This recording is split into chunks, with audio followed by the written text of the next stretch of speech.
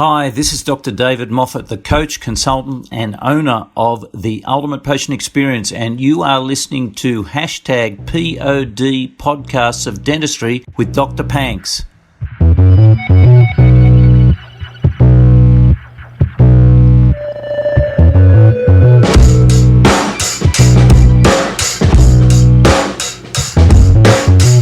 This podcast is sponsored by Rocketbook at podcastofdentistry.com/Rocketbook. I hate wasting paper, and if I could, I would not use pen and paper at all. But I love the feeling of writing with a pen and a nice paper. Somehow I feel connected to it. But I always hated the fact that I cannot bring my ideas to the digital world. Now, Rocketbook is the exact amalgamation of both the physical and the virtual world. Here's how it works. You can draw or write on the Rocketbook. Take a picture with the Rocketbook app and magically it cleans the picture and sends it to Google Drive, Evernote, Dropbox, OneDrive, OneNote, Slack, Box, iMessage, or even classic email. Just configure the symbol once. That's it. Everything goes to where you choose it to go. When done, you can use a moist paper towel and you can erase it, only to be used again, simply saving paper. Head over to podcastofdentistry.com/Rocketbook. Today I'm going to bring you a dentist who is a real entrepreneur, setting up multiple dental offices, CEO of a tech company, and overall a very savvy thinker. Let's welcome Dr. Arsh Hakhamian. Now, I wasn't sure if it was going to be a classic session, but after interviewing him once about teledentistry and getting to know him, I had to bring him for Tim Ferris Inspired Questions, and I'm glad I did.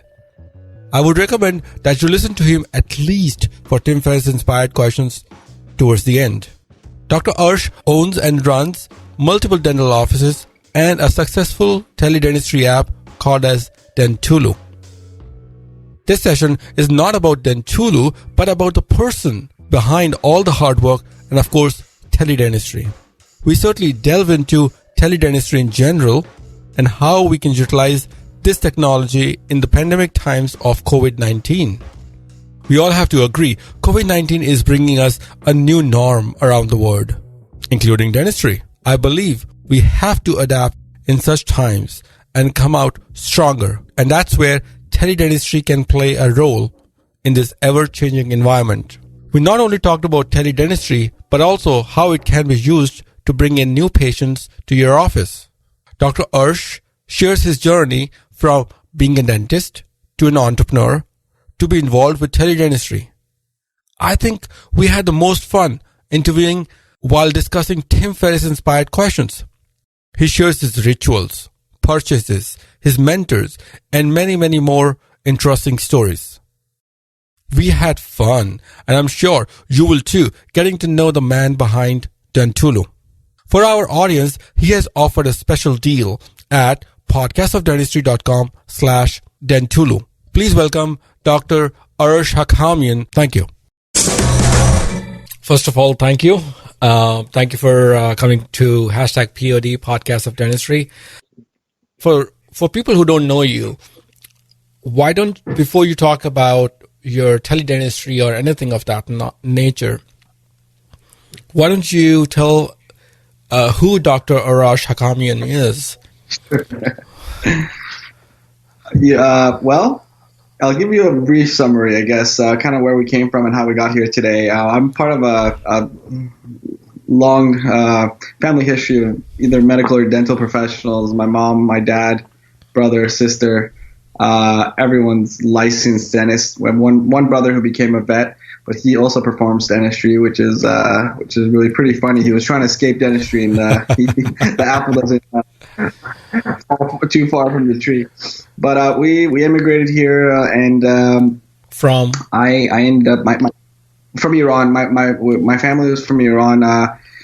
We had to leave Iran after the revolution. It wasn't safe, and my father as a dentist had to re-credential, get his license here, and so it was their dream that we we continue the family tradition. So I graduated from UCLA with a degree in psychobiology and anthropology, and went to USC School of Dentistry and graduated with an emphasis on working with medically compromised patients. So I think from UCLA, I really enjoyed just learning about different cultures and really enjoyed just learning about different people and different backgrounds, and it made me really comfortable working with different types of patients. And then from USC, it was amazing. And with USC, I think I learned a lot about working with medically compromised patients and underserved communities. So I think the cumulatively, and the two amalgamated with one another, formed this desire to work with people of different backgrounds and then work with underserved communities. I immediately graduated and I went to office ownership. I didn't really work for anyone, and within a couple of years, I had a pretty successful practice, and I ended up opening up multiple more practices throughout the next couple of years, and immediately after graduating, I started working.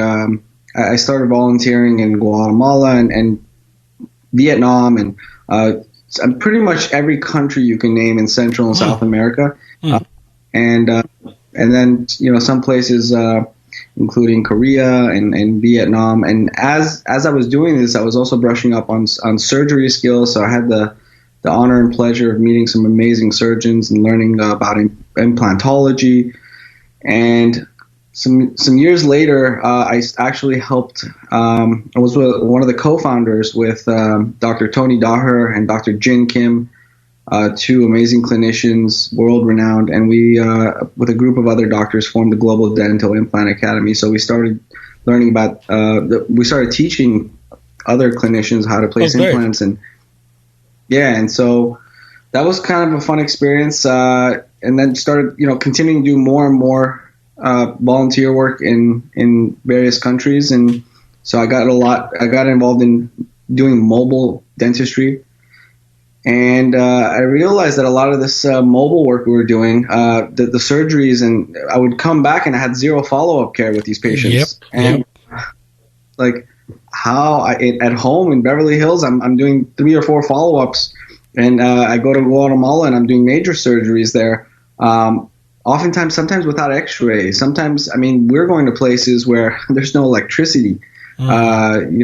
It's just crazy, the lack of access to care in some places. So I wanted to come back and I wanted to do something about that. And I realized that the technology is there, and why not be able to follow up with these people? We have satellites and cell reception. I think it's pretty incredible. There's homeless people who can't find, they don't have money for almost anything, but they all have cell phones. And so I realized that even the poorest of the poor in a lot of places actually had access to some kind of cell phone. So we really started, I took a conscientious decision to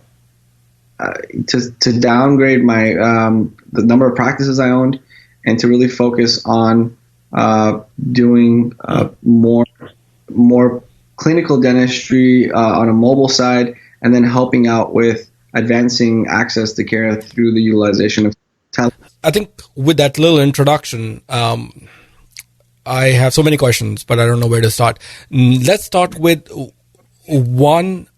So how many practices did you have at one time? The peak of your number of practices? So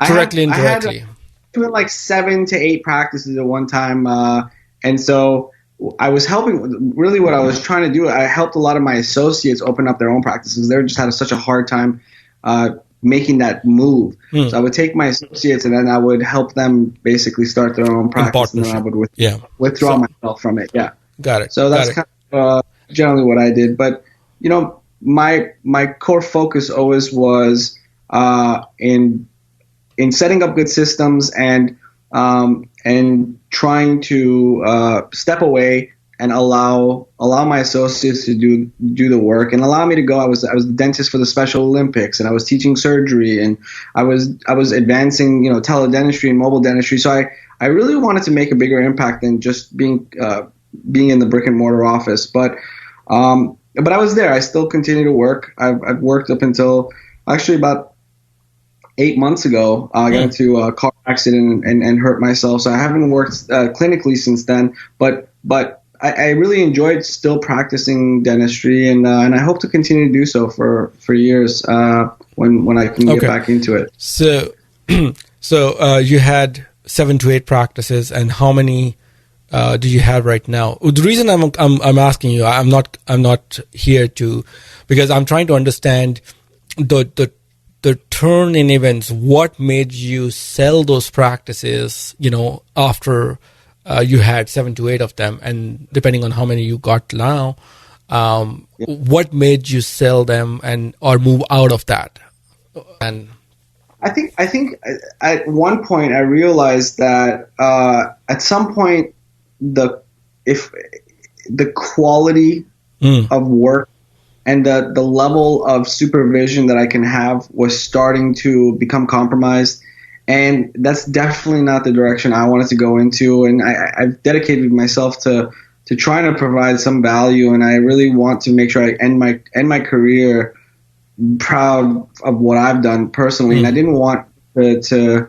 My dad gave me a huge lecture. He rarely gave me a lot of advice, but when I graduated dental school, he said, "Look, you can convince a lot of people to do a lot of things, but you can't lie to yourself. So if you start doing things that's too financially driven, and you're doing things that are unethical, you're gonna hate yourself later on."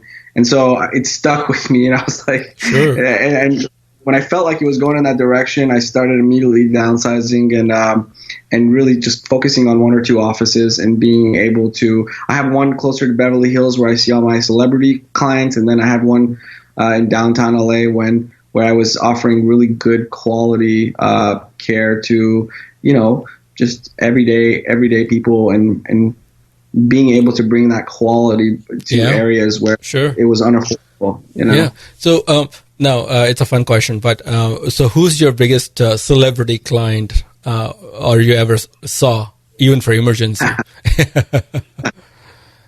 Here's the funny part about that. Sure. I actually don't watch TV. I own a television, but I don't know any of these. I don't know half these people. So I've seen a lot of celebrities, and I realize that they're celebrities when my staff are freaking out about them. Okay. I mean, to me, like what you remember? That's fine. Said Jr. I've seen Kardashians. I've gone to I was a dentist for the Saudi Arabian royal family. I've been flown out to Dubai and treat them. So I see a lot of high level people, but to me, it didn't really make a difference. If you want to know my most memorable patients, were probably people from Guatemala that didn't pay me anything. It's crazy, but I think those were the most memorable patients. There's only veneers and and cosmetic stuff you can do all that stuff. So it's not that hard, but grandma bringing you a burrito and taco the next day, thank you, is like it's those kind of things that really connects, made a huge impact on me. There's this one lady who told me something. It stuck with me till to this day. She said in Spanish, "Qué tan pobre son la gente que solo tienen dinero." She says, how poor are those people that only have money? And it made sense to me. It's like it wasn't all about the money. It was really more about what are you going to do? What are you going to do with your time? And what are you going to do with your capabilities? So, yeah, I've had the wide range from the very, very, very poor to doing implants in a bathroom made of gold. Everything was golden Saudi Arabia. Sequential $100 bills that just they just got printed off some printer. It was and everything in between. So okay, that's a good spectrum to understand. What you've been through, and now were you always like that? Kind of not attracted towards money, or were you always that smart or intelligent or mature to begin with, that you understood that success is not the money driven, but people driven or family driven or whatever? Was it that in your upbringing, or you think something happened in your life that you think? I think it's a combination of stuff. My parents, my mom used to take my brothers and I to Noah's Bagels. We used to go to this bagel shop and collect their bagels at the end of every single day. And then we would go to Skid Row in downtown LA and pass them out to homeless people. So we enjoyed that together. And I think so that part was always there. But to be honest with you, I graduated dental school with $500,000 in debt, and I had no money. I was in, I started really far behind. And so I remember those days. I bought my first practice on Craigslist. Oh, yeah? $50,000. That was my first practice, was on Craigslist. And so I came from humble beginnings. And I remember the days I used to make, when I first made $1,000 a day, I took out all my staff and celebrated. And it was like, you get to a point where, it doesn't matter. And then you come home and you start looking for maybe other things that will fulfill, you get desensitized. Yeah. No, I understand.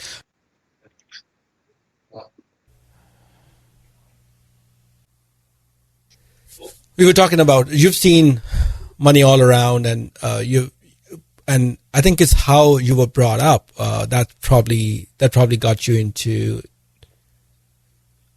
appreciating the love or the care. I usually ask these questions towards the end, but I think we are already on the track. So what is your definition of success then? My definition of success is what you do with what you have. What you have. Okay. I think, someone could start off very rich and financially successful and take that and escalate that and translate that into something else, and then I think for someone who maybe is, and there's difference in financial success and in accomplishment of success, but I think success is going to be where you started off from and what you made out of that, that initial potential that you were given. So whether it's financial success or, accomplishments, and what kind of a legacy you leave behind and how many people you were able to touch around the way, That's great. Okay. So, who do you think is one of the successful people whose name come to your mind? To me, someone that was very influential. Kim Kardashians? Don't say Kim Kardashians. No. I'm just kidding. No, Anthony Robbins for me was pretty influential in my life. I first saw his commercials and I was thinking these guys, what are these self-help people trying to motivate you? Yeah. But someone gave me his DVD years later. They had this the 30-day Unleash the Power Within, and I would listen. I used to listen to talk radio on the way to work. I was such an angry person listening to talk radio, and I started listening to his podcast, and I would purposely try to stay in traffic because I was trying to absorb what he had to say. And I think a lot of what he had to say initially empowered me, and he came from very humble beginnings, and I think the impact he's had. I think so. He's someone I think is to me. I think that's a definition of success because I see how many people I've been to his shows. And I see how many people are there and the impact he's had on my life and others. But there's so many people who, who kind of mimic his success and who've kind of mirrored that. But I think he's been someone that is immensely successful, in my opinion. Oh, okay. And he's an indirect mentor to me, I think, through his teachings. That's interesting. For people who don't know, Tony Robbins is a self-help guru, and he's been on pretty much all the platforms. Who's helped Barack Obama, Oprah and so on. Pretty much everybody says that he's met many presidents in his life, and so on. So great. I think we'll come back to these questions towards the end. But I think I want to switch gear here and get back to your story and journey. So you'll reduce down the number of practices. I'm trying to get a little timeline here too. And then you started focusing on one or two offices, as I understand. And when did you start thinking about teledentistry? Because before it was finalized and it comes to fruition, it must have taken some time before you got into. Yeah, I think it was a combination of factors. Like I said, the idea that I wasn't able to do my follow-up care to patients in underserved communities where I was doing surgeries. And then I remember vividly, I was at a dental convention with my dad. I've been to, I was a convention junkie. I still am. So I used to just love going to the booth and talking to everyone. And I saw this line of people, like 150 people lined up to talk to this one booth. And I was wondering what was so magical that had just been introduced. And it was like a log me in remote login into a desktop, and I was like, I looked at my dad, I was like, this is first of all, this is free and this is not new. And I realized like dentists are so hyper focused in operative dentistry and what new technology they can implement within their clinical skills. They're I've had dentists now as a result of this coronavirus. I mean, the number one question they're asking me is, what is teledentistry? And I'm like I'm shocked.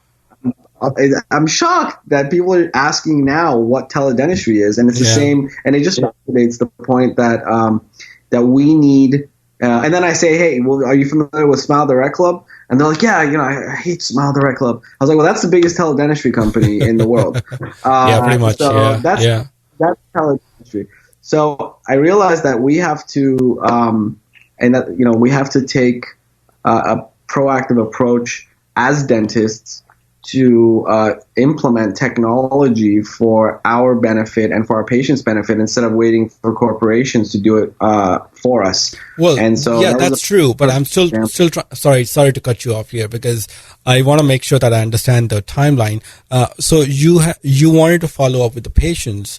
Whom you treated at Guatemala or any other developing country, and then finally, you thought about teledentistry. But what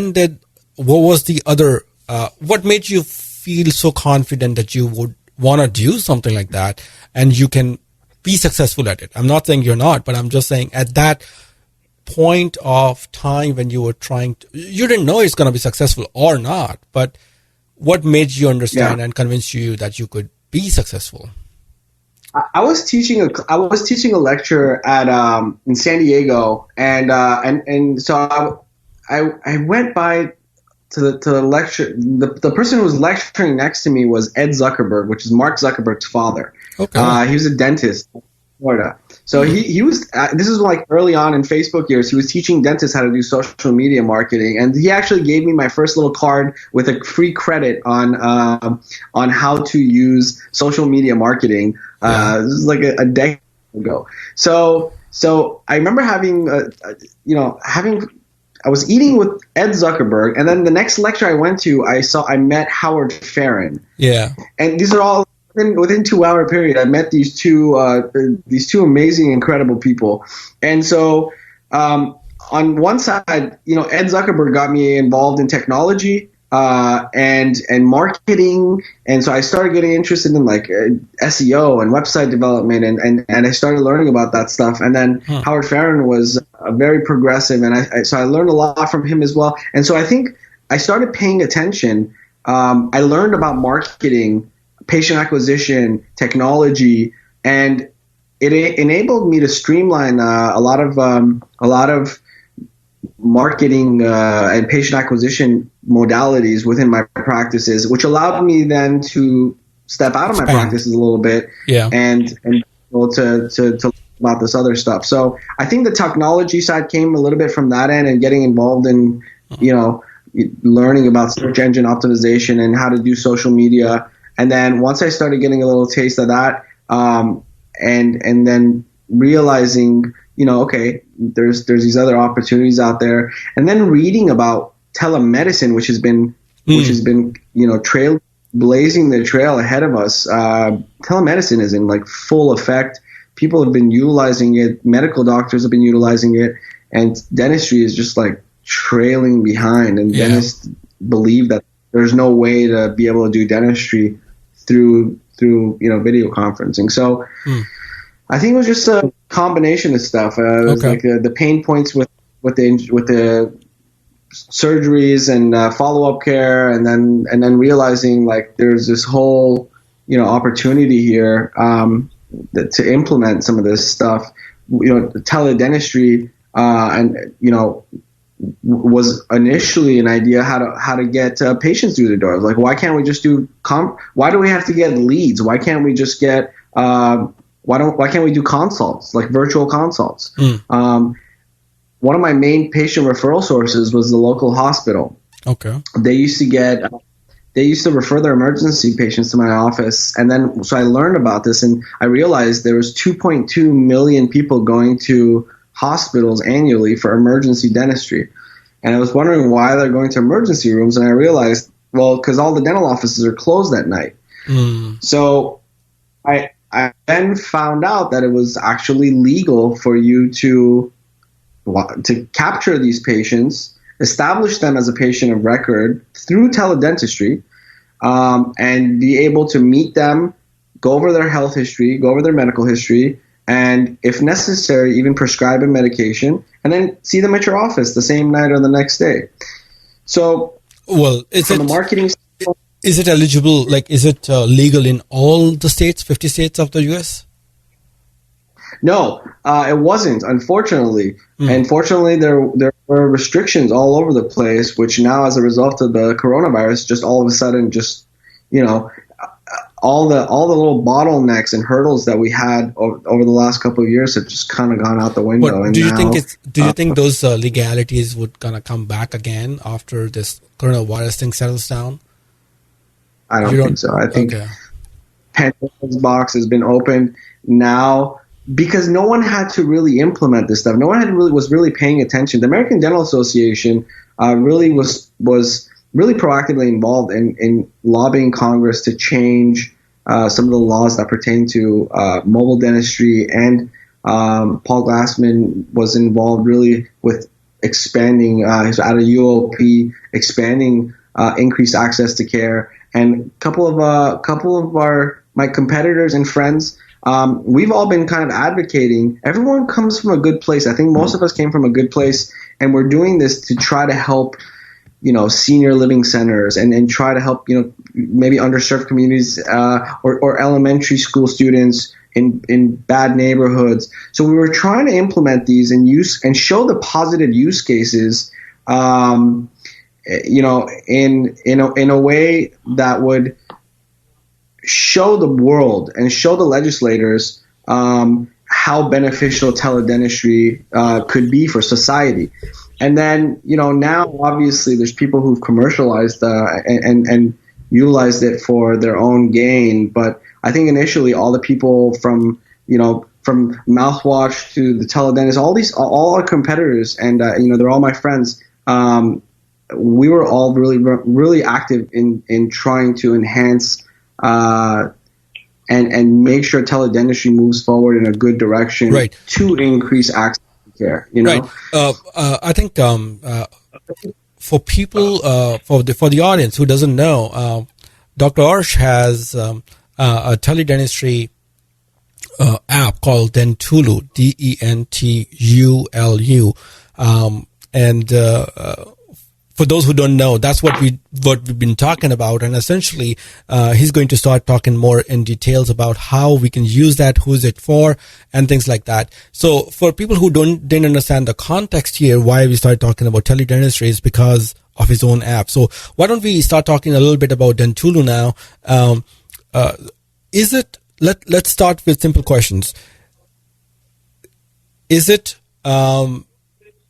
only for my new patients or my existing patients? Dentulu can be used for...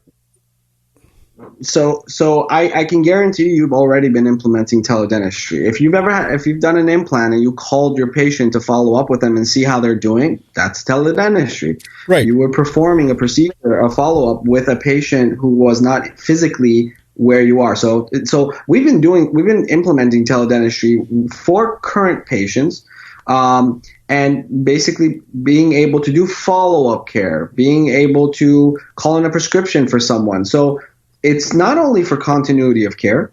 One of the things we've developed, we're the first people to create a consumer intraoral camera. I have several different designs on these intraoral cameras, and these intraoral cameras that we provide, dentists, surgeons, can now allow patients to take these home, and the dentist can actually see inside the patient's mouth from a different location. So I had, if I was going to do a surgery in Dubai, I can place my implants, I can leave one of these cameras behind, and I can still follow up care here in Los Angeles. Similarly, someone in another country can get a consult with me or another person. Yeah, but how...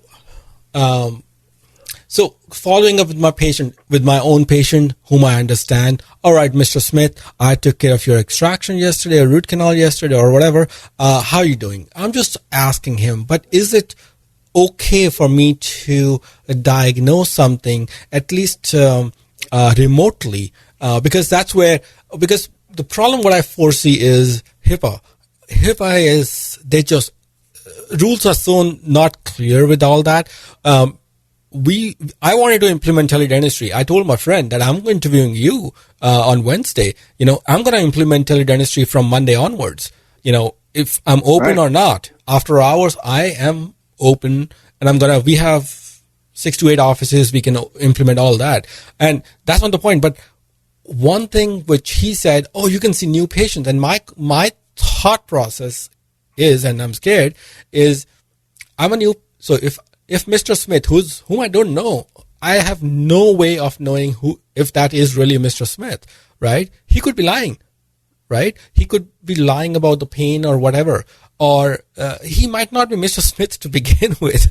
I have no way of verifying that. I don't have any X-rays. I don't know so if there is an existing patient, I'm okay. I can look up their records through LogMeIn, remote desktop and whatnot. But so I completely agree about existing patients, but how about new patients? How would that HIPAA and all the legalities come into picture? Help me. So there's 2 ways to implement teledentistry, and there's actually different codes for these, right? So there's a live synchronous way, and then there's an asynchronous way. Right. So one of the ways that we can do this live, for example, let's take a use case. Let's say a person has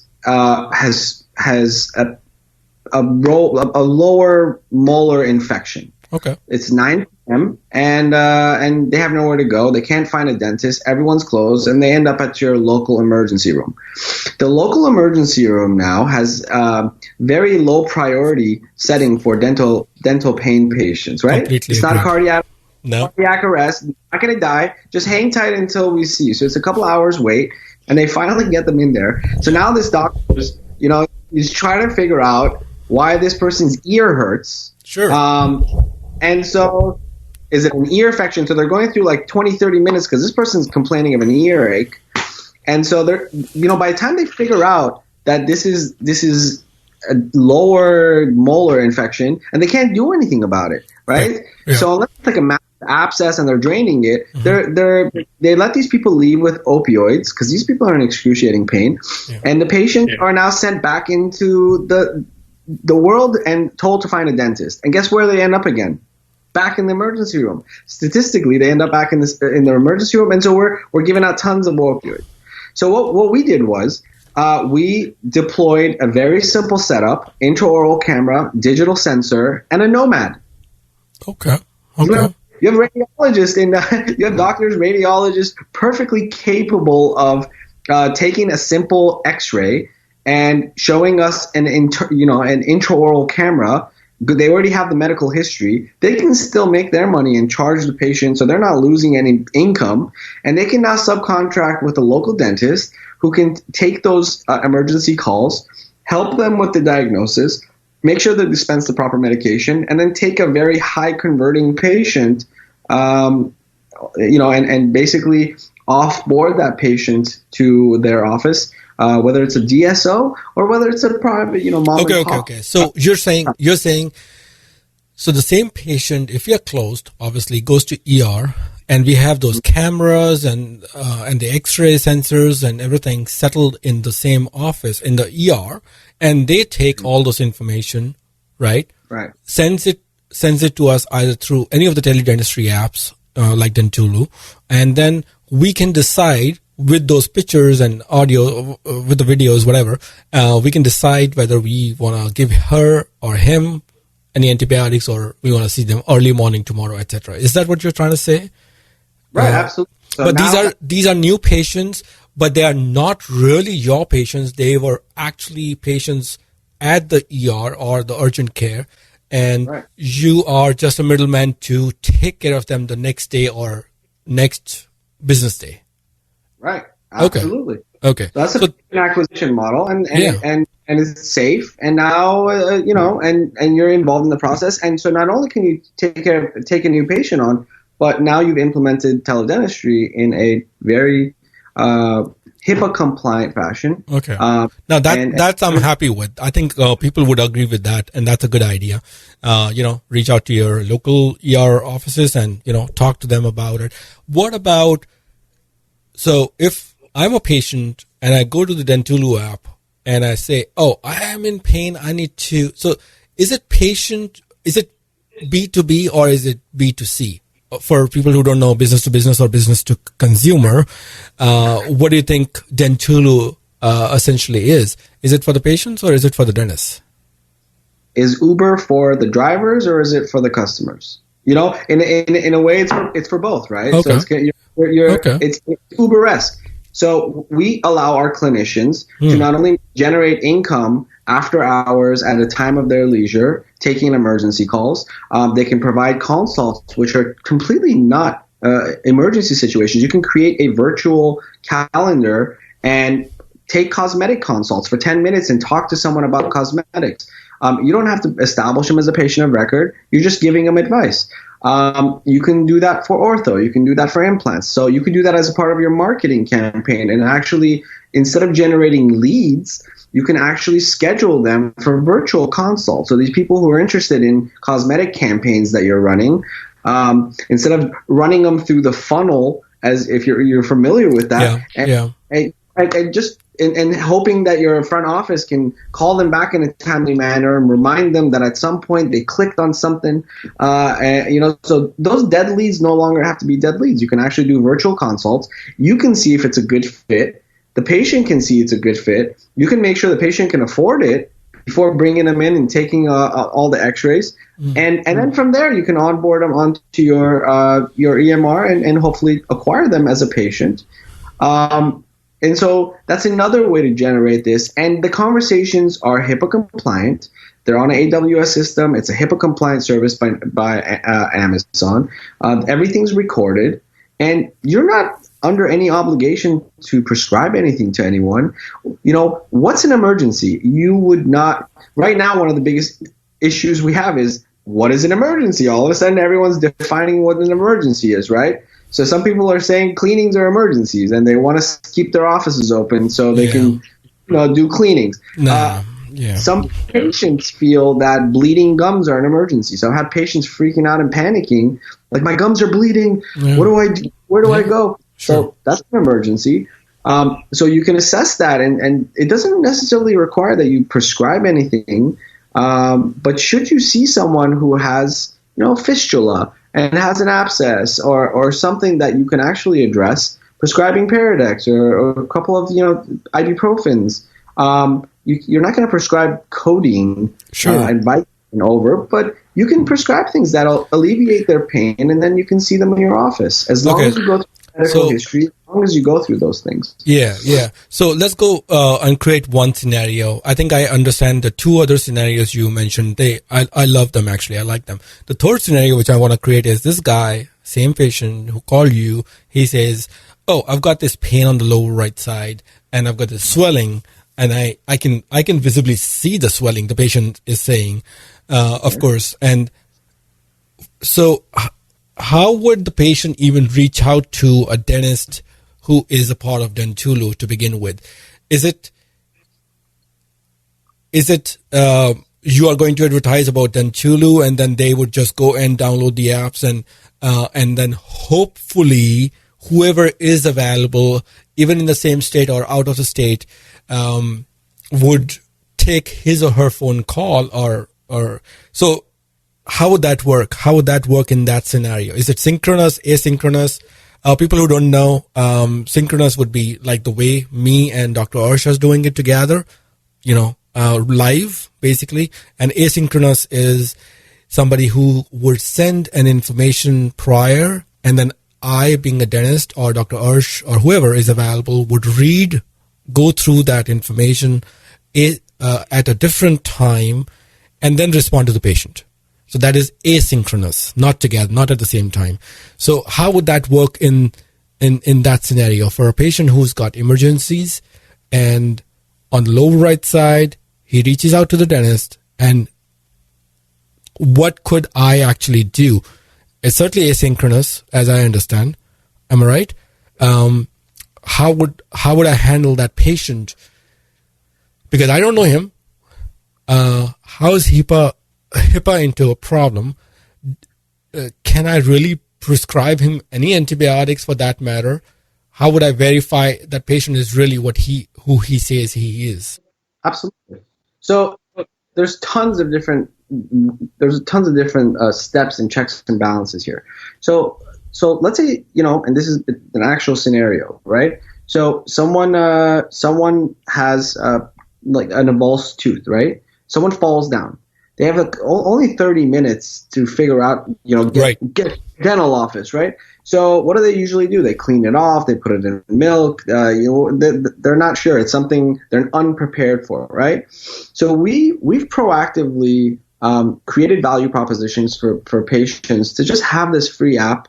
There's patient education. There's free consultations. So we want tons of actual members on here. And if they have an emergency, 5 minutes to get to a licensed dentist. So now immediately dentists can say, like, look, hold on, put the tooth back in for a second. Let's, or don't do this. Don't touch it. You don't need to put soap on it. It doesn't require any type of prescription.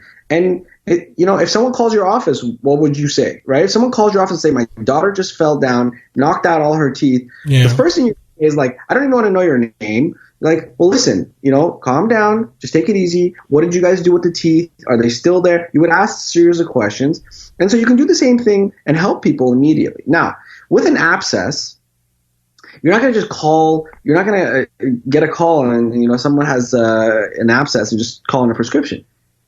You slow down. You ask them about what happened. They've already paid for this. So they've paid with a credit card with their information. They have an ID that they have uploaded. So they take a picture of the front and back of their identification. If they're utilizing insurance, they've uploaded this information. You go through their medical history. You talk about their allergies, and you do a process of checks and balances. And so if necessary, and if you think it's appropriate and you want to call on a prescription, you're prescribing it under the person's name. You have a copy of their driver's license. Okay. And you're not prescribing any opioids, and you're not doing anything. I've never prescribed any of these dangerous medications. I've never needed to. And if I felt like a drug seeker, which I haven't had, believe it or not, I've never had that. And I've never had to do that. So it's not just about prescribing. It's about adding immediate value to them, whether it's calming them down, pointing them in the right direction, or sometimes I say you should go to the hospital. Okay. I would recommend you to the hospital. And then sometimes I say, look, it's 11 p.m. If you want me to come to the office right now, I'll come. if your veneer popped off and you really want me to come right now, it's going to be a $500 charge. Sure. And do you want to pay a $500 charge? And sure, if they do, then I'll go and open up my office and I'll cement their veneer back on for them. Mm-hmm. And I've had a wide range of these. So in that scenario, you just mentioned about like somebody who's willing to pay money to come to the office, can the dentist go by himself? I don't think he can. He needs to have somebody as an assistant, at least a third person in the office at that odd hour before you can actually do the dental work. Am I correct in understanding that? I'm not aware of any such law, and I have personally I've been in situations where it's 11 o'clock at night, and who am I going to call? Am I going to wake up my assistant? So I go to the office, and I personally stayed in my office till, I remember one time I stayed in my office, I swear, till 4 a.m. Oh, wow. Her mother died, and she had to go to Mexico. She lost her dentures, and I literally made her full set of dentures. Then, like, the night before she left, she was like, I have to go to her funeral and I can't go without teeth. And I set her teeth and created her dentures, and I was there till 4 a.m. So I don't know. I've practiced before without someone in the office, so I'm not really sure if it was legal or illegal, but I've done, it is what it is. Yeah. But yeah, if certainly you can have someone on call, then I would recommend you have someone go in for your protection, Yeah. I'm only talking about production, not legal issues or whatever, but just for production. What about, you said insurance companies, they would, upload the insurance information too. How many insurance companies do, if at all, accept teledentistry code? I think the code is 9995 and 9996. That's right. Yeah. That's great. So that will change by the time this is aired. Okay. Basically, Medicare had allowed these, and and these codes are not new. Okay. But all of a sudden now, as a result of the coronavirus, and we don't want doctors to expose themselves, their staff, and their patients, and so now we want continuity of care, and we need to pay for some of these procedures. So now all of a sudden, all the insurance companies are following suit and actually providing codes. So Okay. Dentulu has billing capabilities on there that we're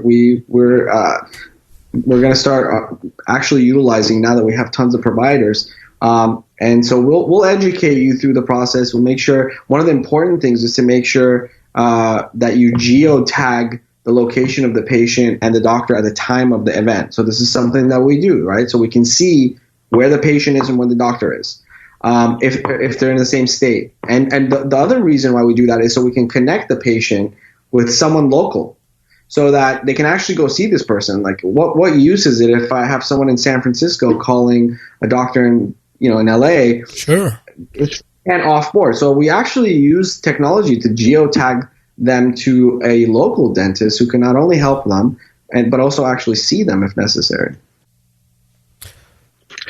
But as of now, you think insurance companies do not accept such a claim? I mean, they're coming in next 3 months or 4 months, whatever time they take to accept such a claim. Until then, the patients would have to pay out of their pocket. Am I correct? No. I think Cigna was the first one, but now they're all coming in and saying they're paying for it. One of the issues we faced, I was in a high-level discussion with one of the bigger insurance companies, and the insurance companies have insurance companies, so they are insured. So now they're trying to get insured. They're trying to get their insurance companies to cover them so that they can cover their members. And it's like, are you serious? Like, this is the first time you guys thought about this? Like, we really having this discussion? Talking to them about how to get their insurance companies to help them cover or convince them to cover it. But that's, it is what it is. And I'm glad and I'm proud that at least they're taking a proactive approach now and actually providing some kind of a service to their members and to their providers and helping facilitate this process. So, okay. It was under better circumstances, but I can guarantee you that most, if not all, insurances are now going to accept teledentistry as a good modality to not only treat patients, but actually they will pay for this, because I think they'll realize that they're going to actually save tons of money. Their members are going to be fleeing. Now that members see how valuable this is, unless the insurance companies jump on board and if they don't start covering it. So like before, people would leave an insurance, right? And they would ask questions like, do you cover implants? Yeah. Do you cover ortho? Do you cover this? What's your maximum? So now the question is going to be, can I get virtual care around the clock just in case if I have an emergency? And I think this is going to be a huge differentiating factor. And so the insurance companies will be forced to, I think, continue this. As of now, whatever insurance companies are already paying, what's the range? I'm sure, I'm not asking the exact number because it depends on the insurance companies and group number and so on. But what's the range of money that a dentist can potentially expect in such a scenario? From $30 to $500. I don't know. What I'm asking for a virtual consult. It's so basically these codes are basically submitted in addition to the regular code you would utilize. So if you're doing an exam, you just put in your regular exam code, and then you put the synchronous or asynchronous code as an associated CDT code to show how it was performed.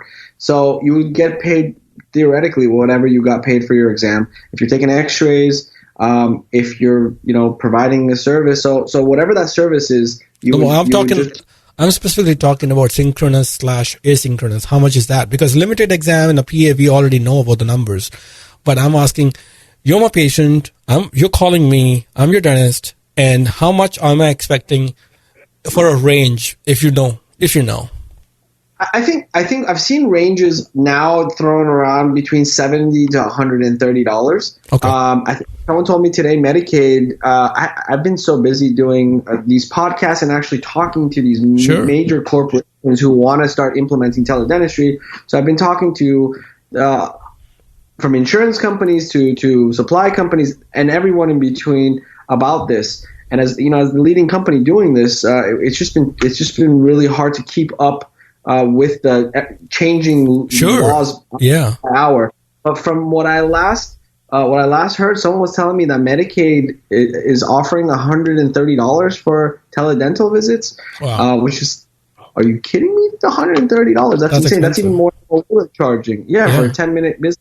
So I have to verify that. I'm not sure if that's accurate. Good enough. I will verify. That's fair.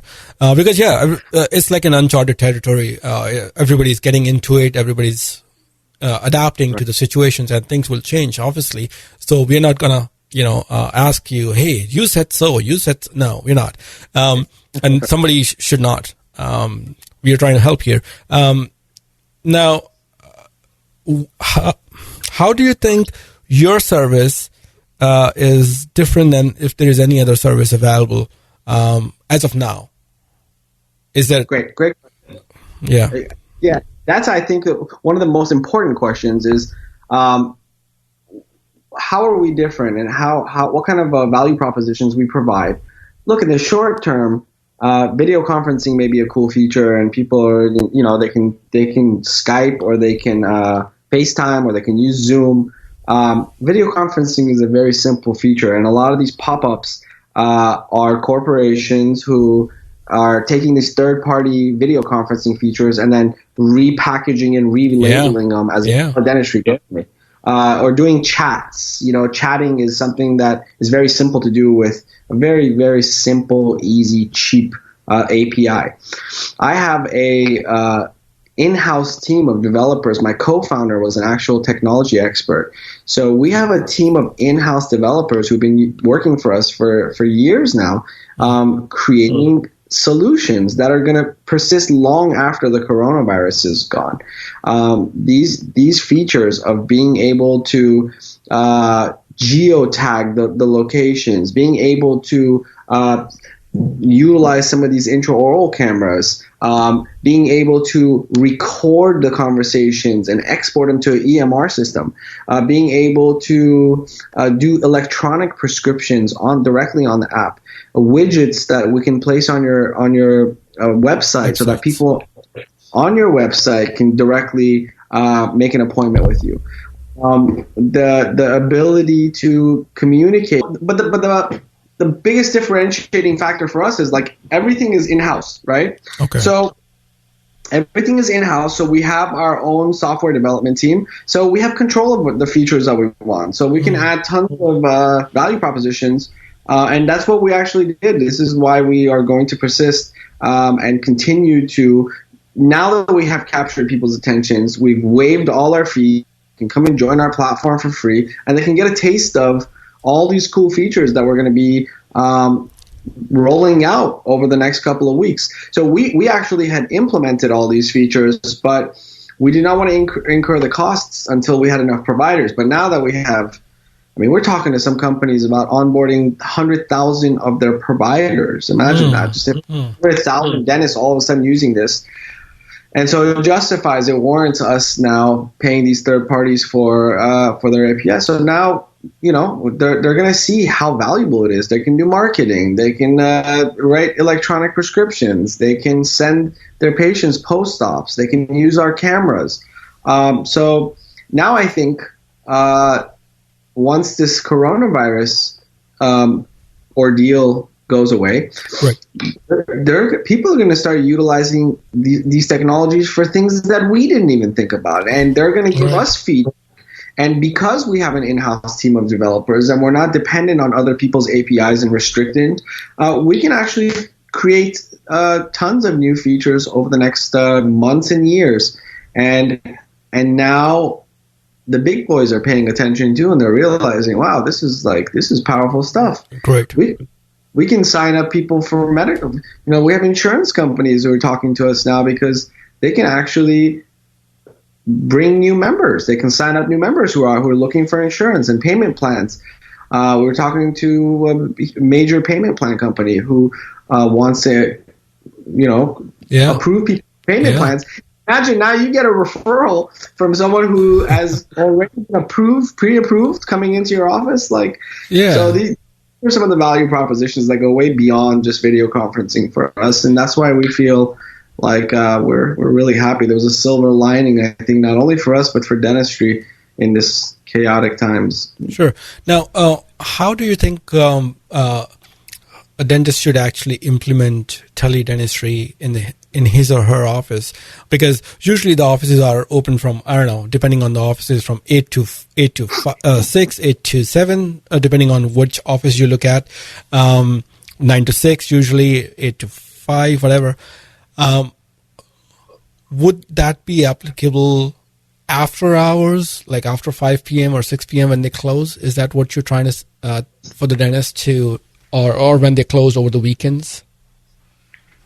I think that just like an Uber driver has the power to drive whenever he or she, feels like, would make a little bit more money, or depends, for larger companies, like you said, you have multiple offices. You can assign one person to take all emergency calls for you 24 hours a day. You can hire literally someone to triage these people and then be able to funnel them into your office. And so can large DSOs and a private practice. An associate, for example, can maybe take calls, on the drive home and or in the afternoon, and someone can do it on the weekends. And there's so much power. It's like saying, how can you use electricity? Well, you can turn on light bulbs and you can generate, that's the way I look at it, is like, so many cool things that you can do. You can actually use this to provide, to keep your office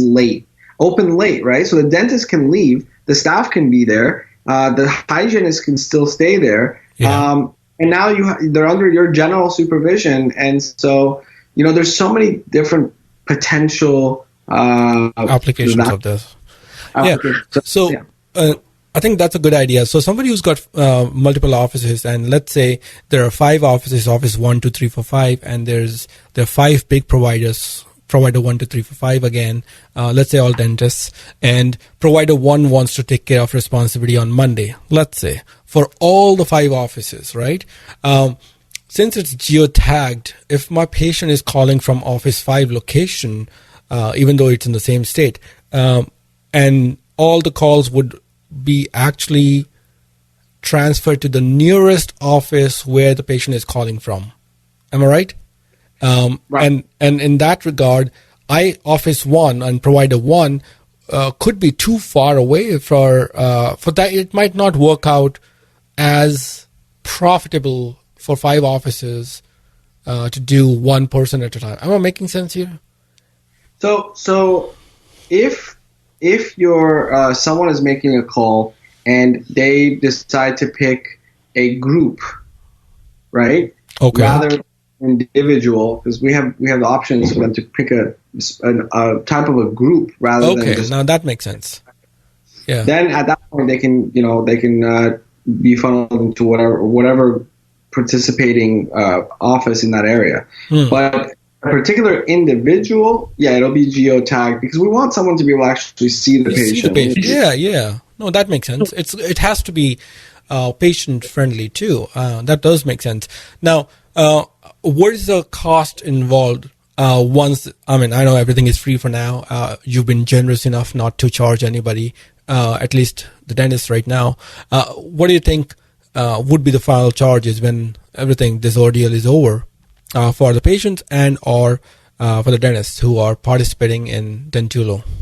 We usually have a setup fee, which we've waived right now. Our setup fee is $250 usually. We try to keep the cost down, and we were charging $150 per month, $149 per month, and there are additional a la carte features that they can implement if they want, like being able to send and receive DICOM files, to be able to have integration with their EMR system, and electronic prescriptions. When we have to incur an additional cost, from a third party, then obviously they would just pay for those services. But generally, for 90% of our services, it's a SaaS model. They pay a membership fee every single month, and then that subscription fee basically would hopefully be paid within. If you realize that the patient acquisition cost of most offices is about $200, $250. Yeah. 2 patients into it, and you're already making money out of it. Yeah. On top of have these other benefits. Okay. Now, what's the cost for the patient? Well, it depends. So the cost is going to be, so for emergencies, there was a set fee. When we've tested between $50, and we've actually tested several $100s before, and people were willing to pay that. But I think right now we're gonna have a set fee, probably about $100 for the emergencies. Okay. And then and if they have an insurance, and the insurances will be covered, and then they can be filtered to see specific doctors based on they're accepting of that insurance or not. But then for the actual consults, you can charge whatever you want. So if it's not something that's a billable procedure, you can charge whatever you want for a informal consultation. So if you want to give a second opinion, if you want to, you're a Beverly Hills doctor, a celebrity dentist, and you want to charge $500 for your time, you can. And if you want to do it free and give up your time and hopefully get more patients to bring into your office, then you can also do that. So you'll determine what that is, not us. Got it. Okay, that makes sense. All right. So what are the other add-ons that you are hoping and have already almost implemented at Dentulu right now? I think that our and my comfort level, and because this is so early, and because all of a sudden we have all these pop-ups trying to present themselves as teledentistry companies, I think those are the most of the things that I'm comfortable saying. We do have definitely 4 or 5 different things that I haven't mentioned, and the reason why is because we're working with under NDA with some potential partners in providing some applications with our technology. So things that serve, maybe implant companies or ortho companies or supply companies or insurance companies. So you're going to see different features based on the molding of this technology based on the particular applications necessary. But I will tell you this. I will tell you that not only are patients going to have increased access to care, I will tell you that patients will now be able to experience more preventative care rather than restorative care. Doctors will have flexibility in their hours, generate more money, be able to expand the functions of their mid-level practitioners by putting them under general supervision. So now having a hygienist go out on your behalf from your office and perform maybe on-site work for a local business or school. You'll generate more patients from elementary schools and doctors and urgent care centers and hospitals by deploying these cameras to these local areas and now funneling patients from them. And you'll be able to communicate better within your profession. So if you have general dentists who have travel periodontists or travel oral surgeons, you'll be able to get case acceptances quicker. You can have these Zoom type meetings with the different specialists all on one platform. So we have a full web platform. So this is not just like some app. You can go on our website and actually have these conversations just like you're having Zoom, share information, get approvals. So it's a whole new world. And I think as a result of the economic impact this is going to have on not only our patients but our profession, I think that a lot of these features are going to be even more readily available and utilized because they're going to be a little bit more cost efficient for everyone. Got it. Thank you for your time. I don't know if you have any words, any advice, any suggestions for anything. For our patients, for our audience, for dentists, whoever, please. I think every circumstance is whether good or bad, is gonna present new opportunities. And right now, we have to look at the silver lining and try to figure out what this current circumstance, what doors it has opened up, and how we can best utilize our time. And if this time we are forced to stay home, we can't go to the office, why not learn about this technology and why not learn about how to generate new patients and how to maintain continuity of care and how to implement technology a little bit better and educate ourselves, because before we didn't have time, right? Time is what was a huge issue. But now that we have time, let's also take a proactive approach and protect our patients and our staff and ourselves and not expose ourselves unnecessarily. We're all stuck in our homes because we're on a lockdown. And if a patient calls me and says I have an emergency and I put myself at risk and go all the way down to the office and realize it's a little gingivitis or it's a broken bracket or chipped tooth, I think I'd be upset. So now I can utilize this free service, get familiarized with it, and start utilizing our ingenuity and our thoughts about how we can implement this better and hopefully we add some value in the short term for you guys as far as the coronavirus, and long term should you decide that this is something that you want to continue to utilize. So I suggest that people go to their app store or the Android and download this on their telephones. Go to our website at dentulu.com, or you can go on YouTube and watch some of our videos.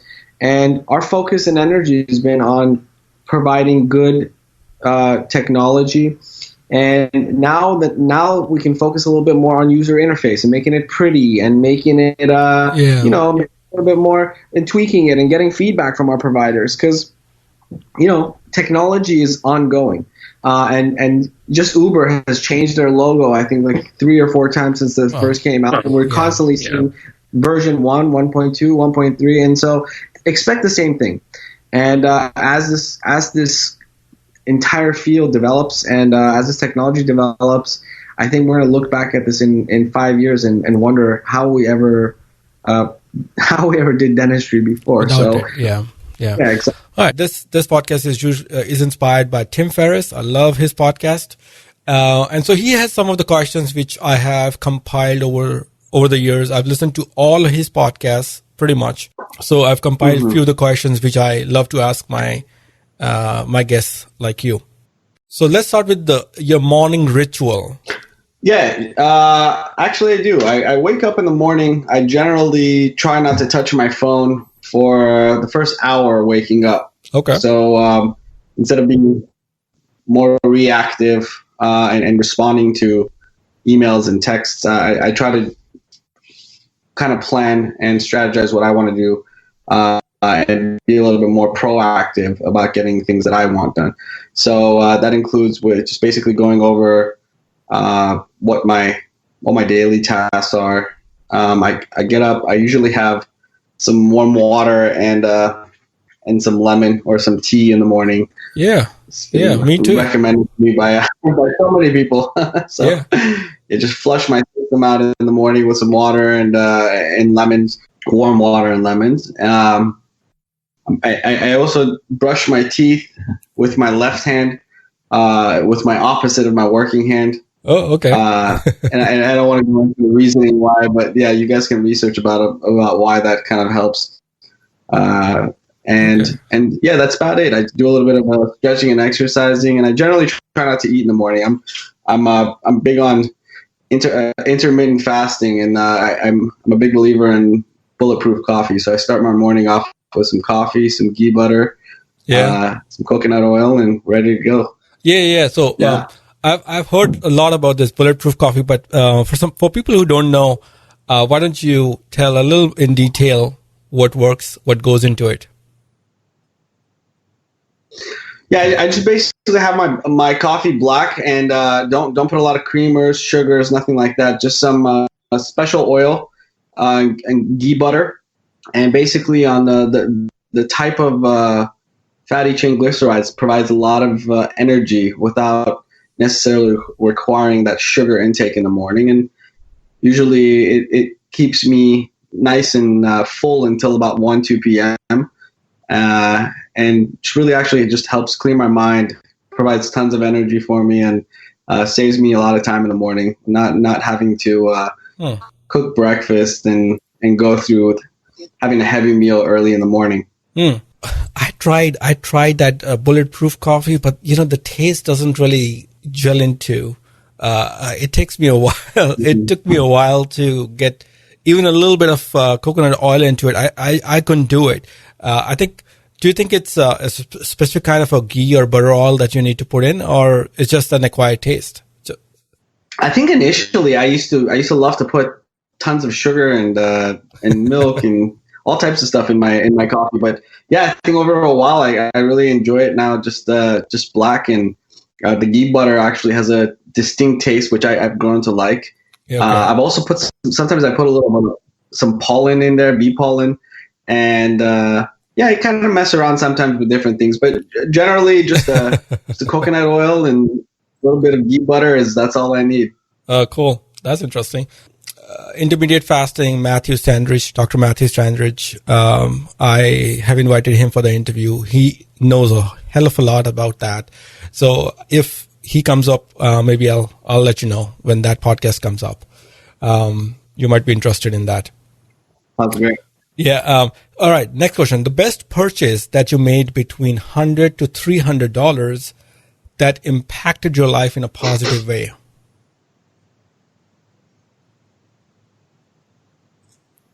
The best purchase between $100 and $300. Yeah.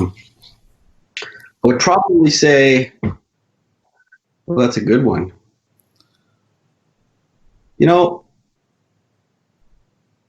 I'd probably say my Muse. So there's a product that I bought called a Muse, and I don't know if you're familiar with it, but it helps guide your meditations and focus your attention.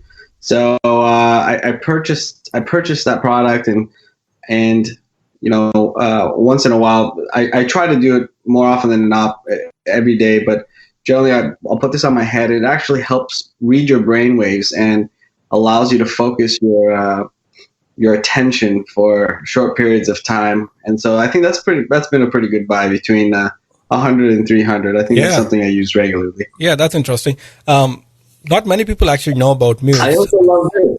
You see this cup here? It's called the Ember cup. Yeah, I know.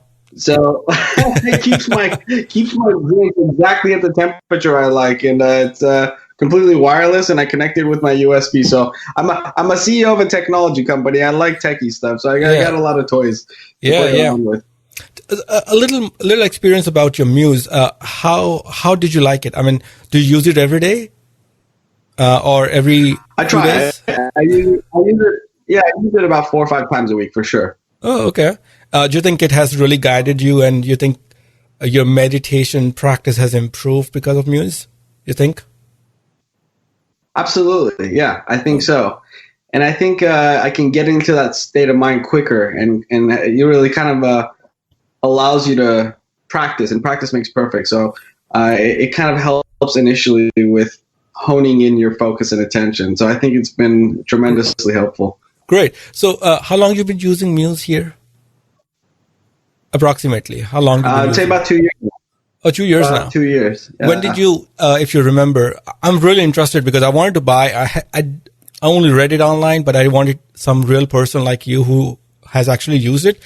How much time it took you to start getting into the flow of meditation faster by using Muse? Like how much time it took you to get there when you started using it 2 years ago? I'd say about a couple of months. Yeah, 2-3 months. Okay. When I just noticed that it was just a lot easier, quicker. So yeah, I think depends on how many times you use it. You can use it a couple of times out of the day. But I was using it in my dental office. I think that was a really instrumental part in just keeping myself, giving myself that little break. Another product actually that I really like is Newcom. I'm not sure if you're familiar with Newcom.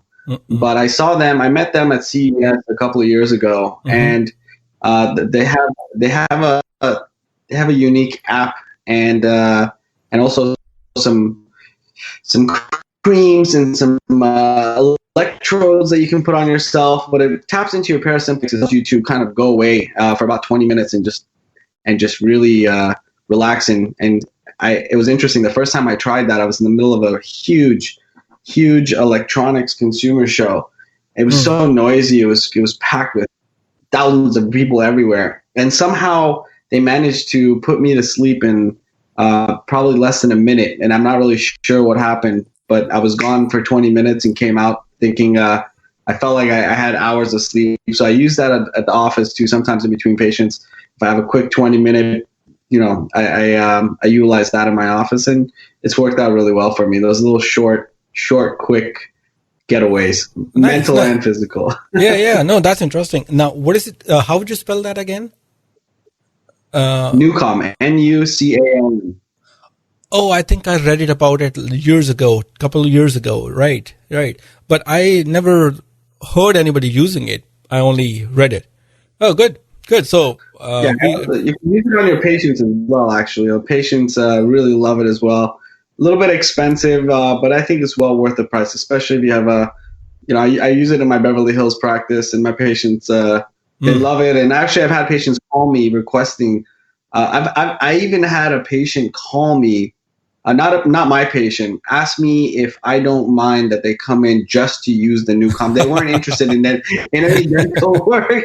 I declined the offer, even though they were willing to pay for it, but it was actually interesting. So it's something you guys might want to check out. Newcom. All right. So initially we had not even one product. Now you've got 3.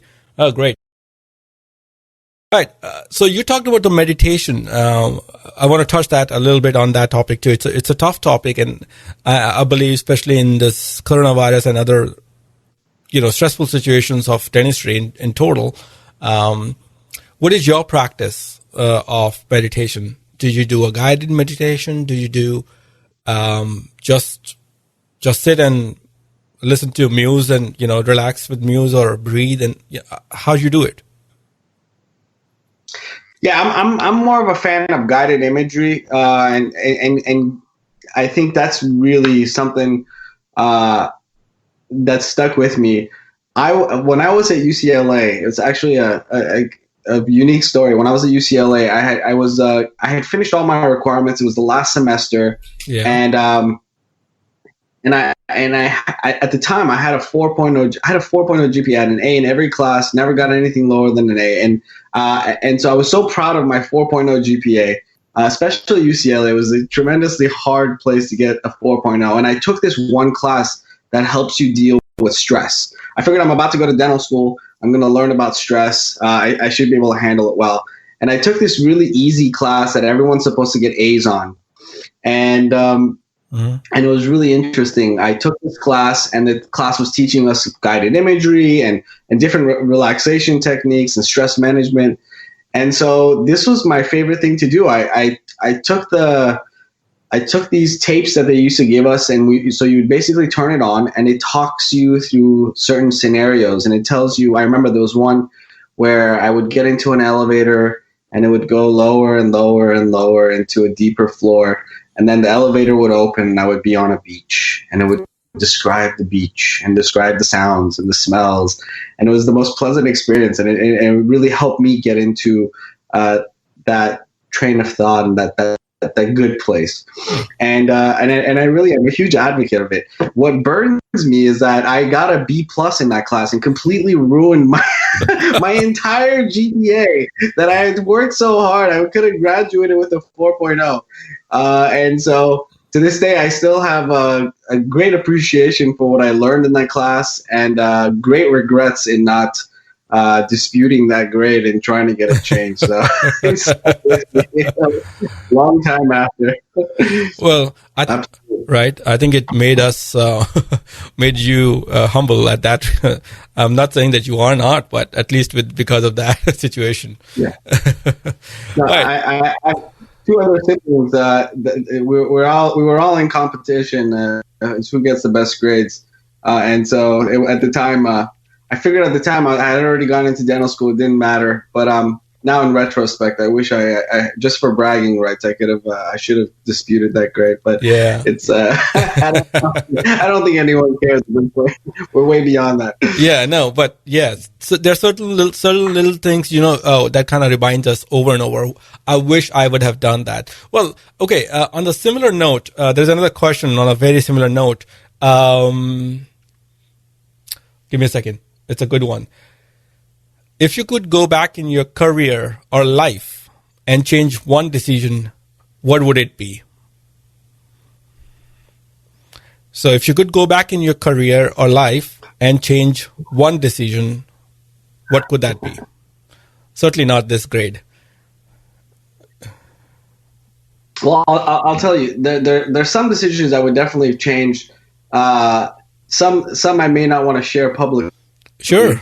But I'll tell you one decision that would have completely changed my world. So I was very actively involved in. I like to be outside the box. If you can't tell, I kind of like. I look at every option, and I look at everything that's going on around me. I remember graduating, and I was very interested in communications. And one of the things that piqued my interest was Bitcoins, and I'm talking about over 10 years ago. Yeah. And I remember reading about the dark web and how people were exchanging money, and it was just something of interest to me. Yeah. And I vividly remember the day I was sitting behind my computer. This is when nobody knew about Bitcoins. This was when Bitcoin was probably a couple of dollars per Bitcoin. And I remember in between patients, I was trying to buy Bitcoins, and I Googled how to buy Bitcoins. And the first first post that came up was this caricature of this guy in like a dark alley trying to buy Bitcoins, like someone would be drawing, from like a drug dealer, like a drug dealer, like this, conspicuous Bitcoin dealer in a dark alley, and I was immediately turned off by it, and then they called me back into a room, and I was like, oh, if this is what you have to do to get Bitcoins, this seems a little dark and shady. Yeah. I don't want to ruin my reputation doing anything illegal, and so I didn't. I would have easily put a couple $1,000s into it, and had I done so, probably would be talking to you from my yacht right now. And, millions and millions of dollars. But, Yeah, when it went up like that, I realized I should have probably gone a little bit further. But I'll give you a better answer as to what I would share now. Please do. And one of my another example, I think, of something that is applicable to maybe your audience is, I've always been very, I don't want to say opinionated, but I was quick to, if I had a position, I was quick to make my position known.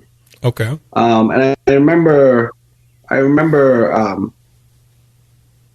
maybe about 10, 15 years ago, we had a businessman, a prominent businessman who was at my parents' home, and we were just talking, and my father, brother, sister, mother, everyone's in the medical field, and so this guy was telling us about potential future applications of the marijuana industry, and about how potentially components of hemp CBD would potentially be very helpful. And this is years ago. Okay. And as a young, I think I was in high school, maybe maybe my first years of college. And I cut him off abruptly. And I said, "Sir, we're a family of doctors. We are not going to be peddling marijuana. This is not what my family is about." And I learned a lot from that lesson, and I try to take that application.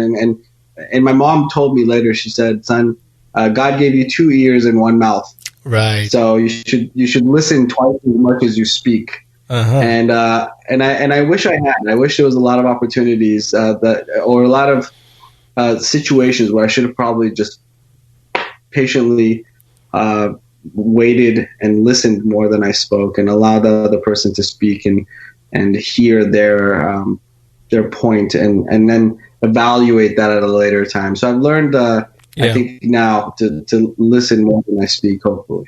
Well, yeah, I think all these idioms and everything, there's a reason they are there. We all young people don't listen, and nobody does, but I think this is what the experience of life also is. If we follow everything what's being taught to us, then we don't fall, and if we don't fall, we don't learn. But not everything. I think this is a process of life. So I think we are fine. You're still successful in your own ways. I would say that. Thank you for sharing that. I think those are really deep ones. Now, did you read any books or listen to any podcasts in your busy schedule or whatnot? I do. I like to read. I'm very interested. I'm a huge fan of YouTube, actually. Okay. So I really enjoy watching YouTube, and I definitely do listen to some podcasts, especially when I'm driving. I used to listen to radio, and I no longer do that. Yeah. I try to fill myself with information, but a lot of audiobooks. I think audiobooks are probably some of my favorites.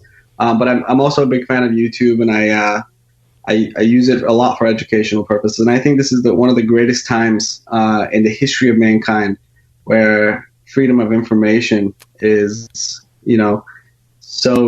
so available, and so you can immediately connect with people on any given subject around the world.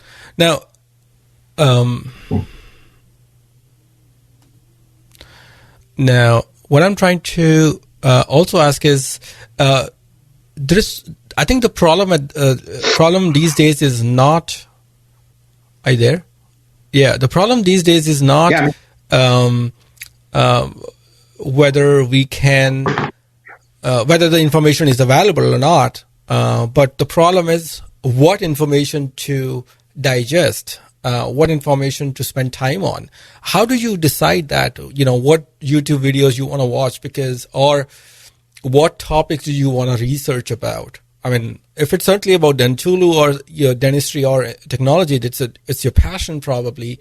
So you can go in 1,000 different directions, but how do you figure out which one to focus on, where to focus on next, and for your life, or how to choose between the goods and the bads?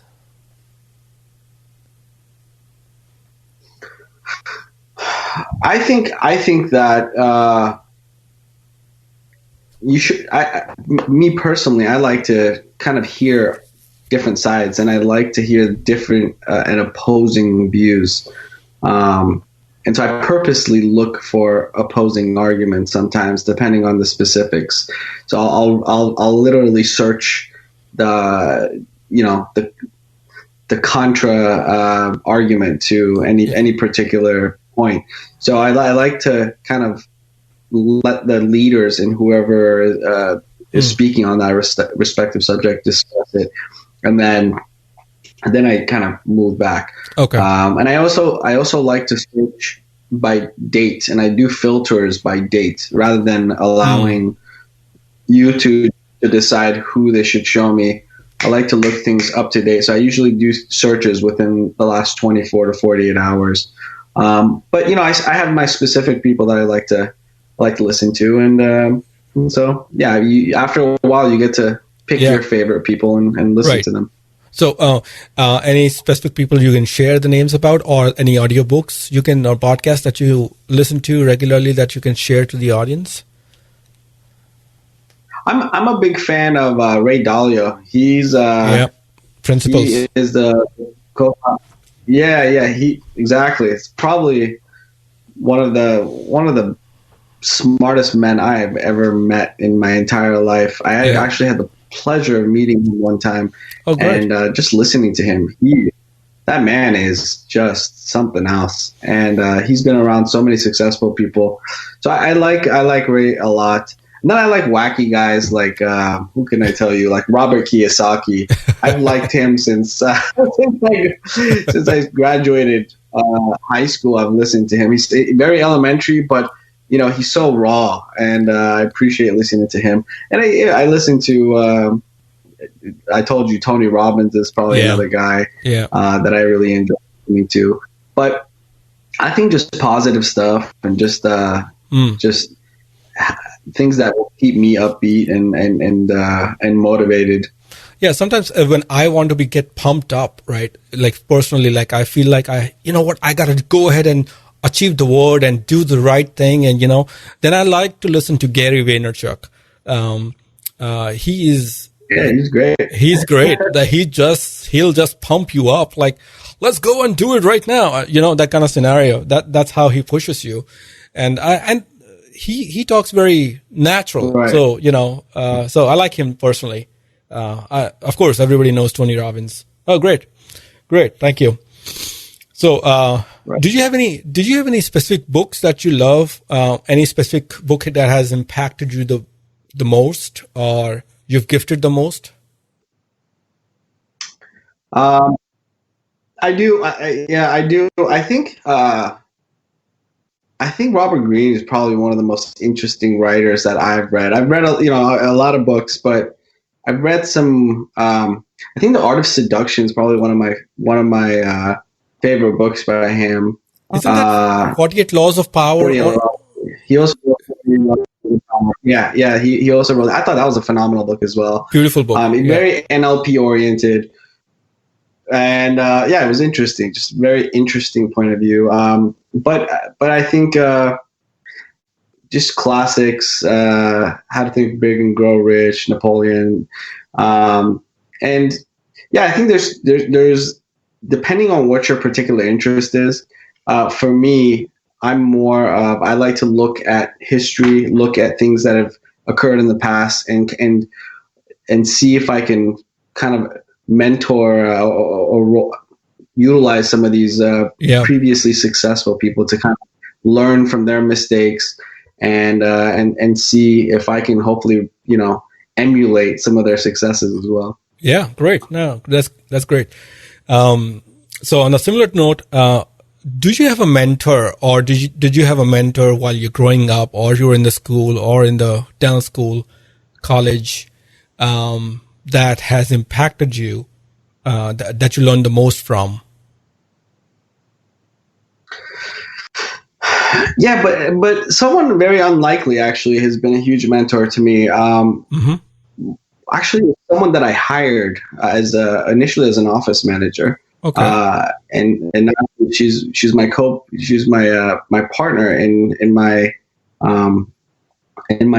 tech startup.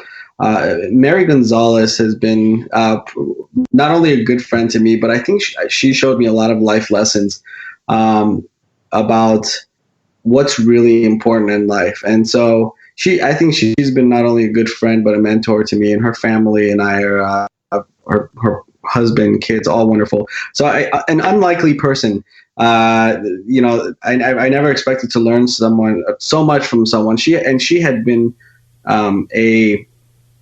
an office manager and consultant to some of the most successful dentists in Beverly Hills and in the United States. And so I was very lucky and fortunate to have crossed paths with her. On an indirect note, I've tried to emulate several different clinicians. I think for me, I was always at awe at Dr. Bill Dorfman. I never really was mentored by him directly, but I remember enjoying watching him change dentistry. And he's hated by many and liked by some, but I personally saw the impact that he had in cosmetic dentistry and working to create Zoom, the Zoom lights. And I like that how he got involved on the business side of Discosteno. I saw what he did with the celebrity makeovers, and I just remember seeing how he brought the makeovers, the whitening, and then the extreme makeovers to last year. They were chosen as part of this, top 100 dentists in the world, and some of these guys are that I was chosen with were the guys who really made massive change, and some living legends, Dr. Roger Sohn, Dr. Jin Kim, and some of these guys who really stepped outside of their immediate practice and really impacted the entire profession. And so I think I took a little bit in piece from each one of those guys as I had a chance to get to know them or watch them as they did work their magic.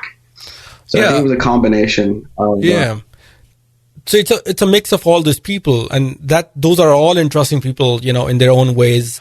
All right. So what's one of the hardest decisions you had to make over the past 1 year or 2 years? For me, I think just staying in Los Angeles and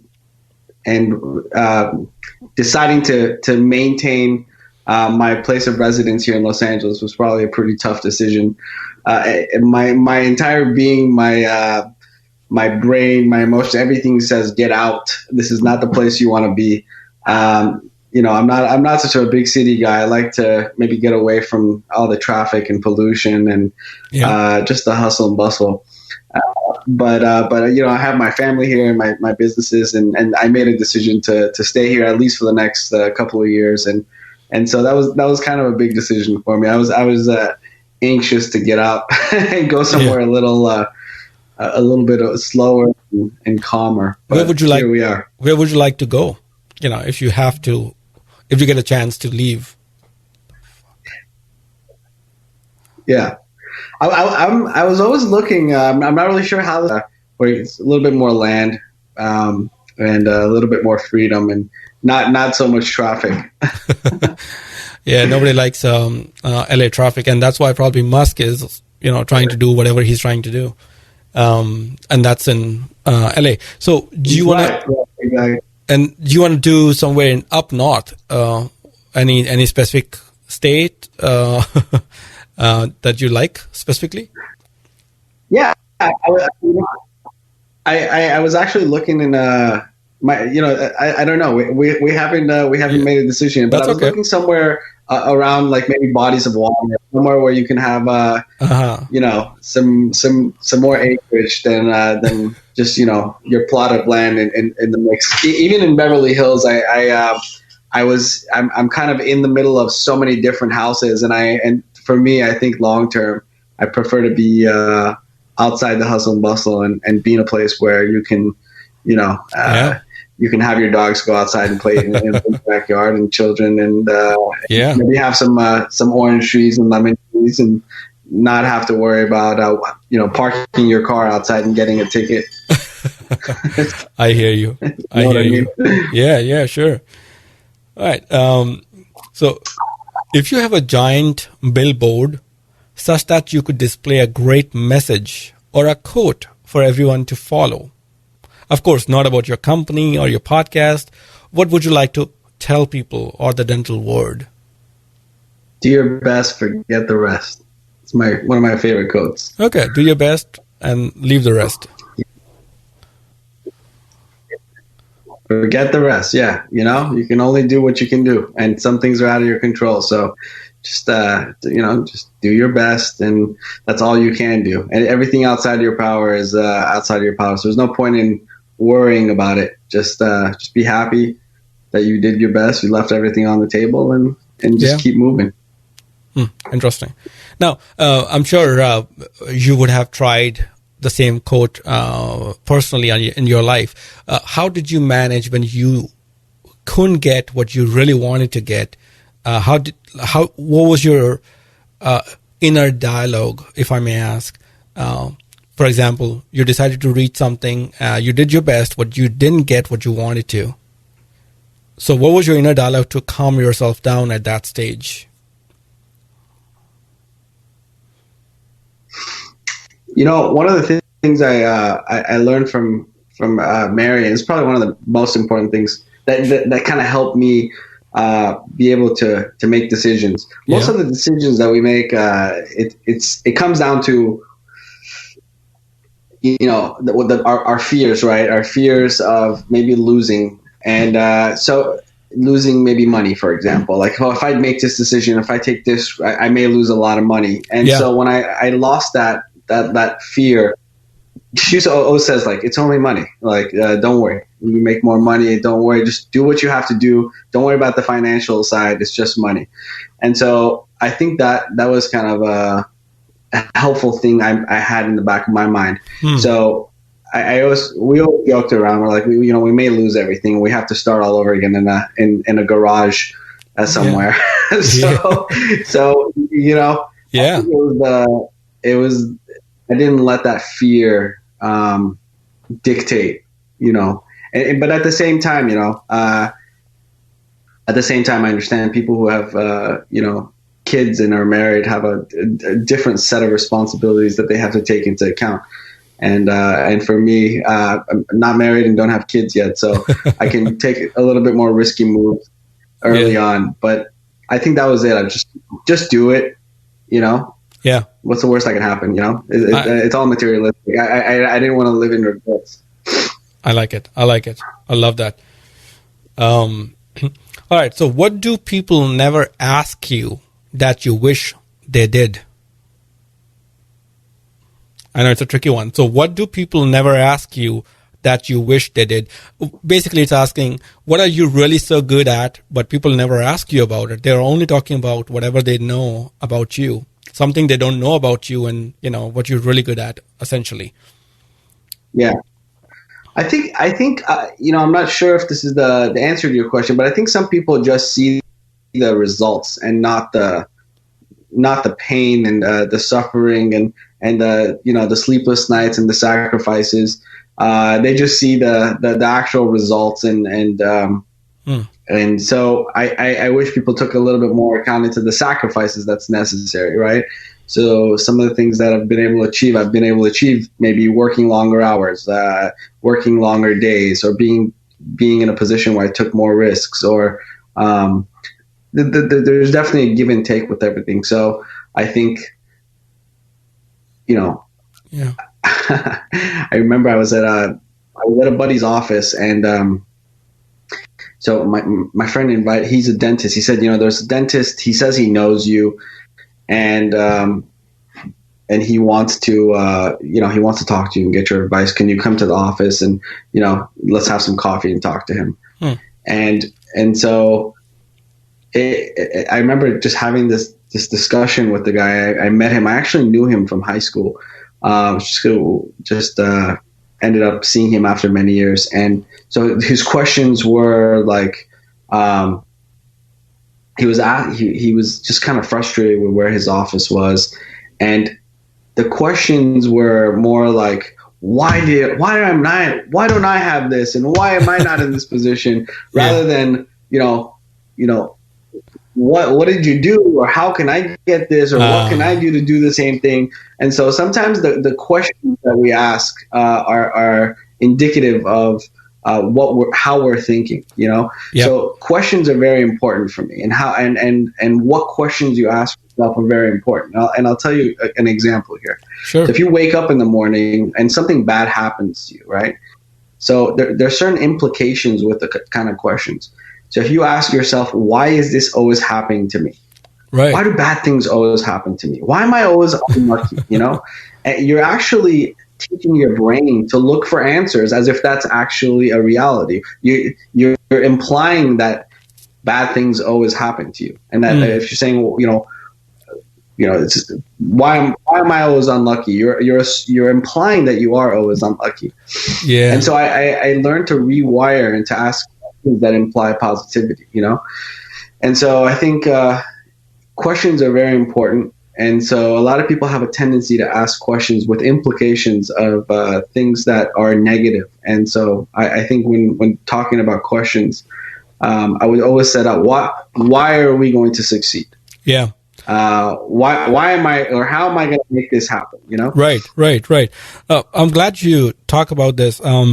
I listened to a podcast by Dex Shepard. He's a celebrity. His podcast name is Armchair Expert. And I listened to one of his podcasts, really nice podcast called with the name Tom Silver, Tom, Tom Silver. It was released on 19th of March. And beautiful podcast. Basic idea was that, as you said, rewiring. Him being Tom Silver himself, being a hypnotherapist, he actually, on the podcast itself, Monica, who's the co-host of Dex Shepard, he actually hypnotized her on the podcast itself. And he was trying to change and rewire, as you said, on a very similar note, what you just said, that if you start saying negative things about yourself and whatnot, your brain starts to wire that is the wrong thing. The wrong things get wired, rather than you should say everything positive, such that the right things, and self-consciously you are taking right decisions. Am I making sense here? Yeah, absolutely. Yeah.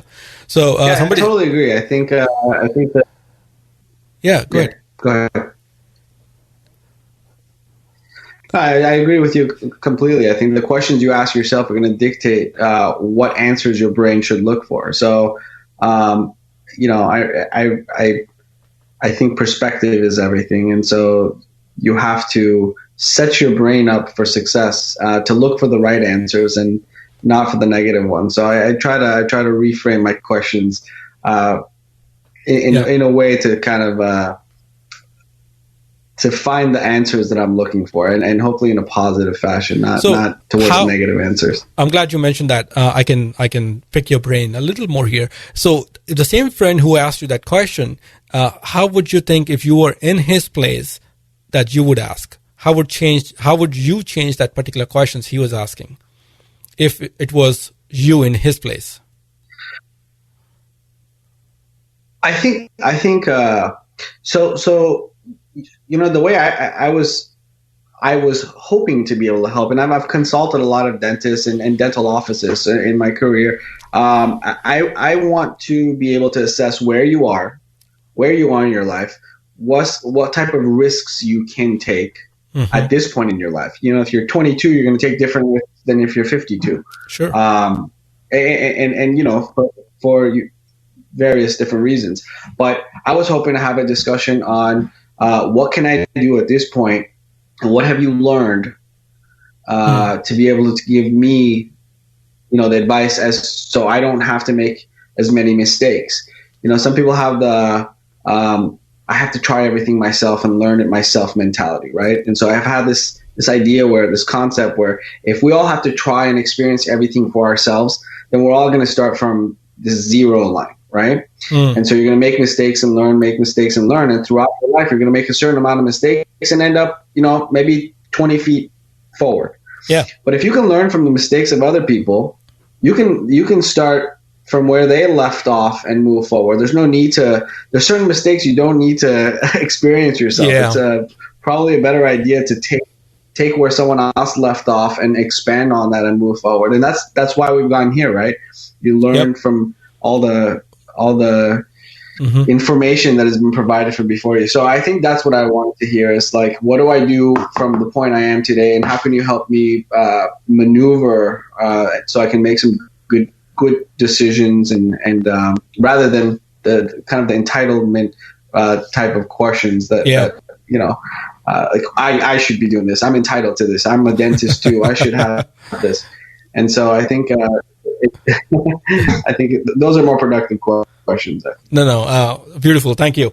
That does help people change their mindset, especially when things go south. You should know how to kind of stay in the lane and still try to come out of it. Especially like, for example, now coronavirus, and it's going to impact people. So I think it's a good advice at the right time. Thank you for sharing that. All right. So one last question, and I'll leave you after that.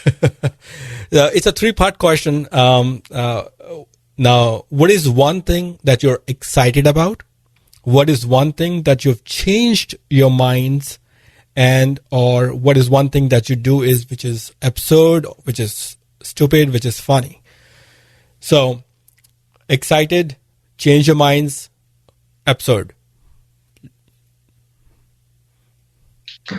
What am I excited about? I'm super excited. I knew that I wanted to do something to change dentistry and to really, really like change the way dentistry is practiced. And we used to talk about this before the coronavirus ever even was a concept.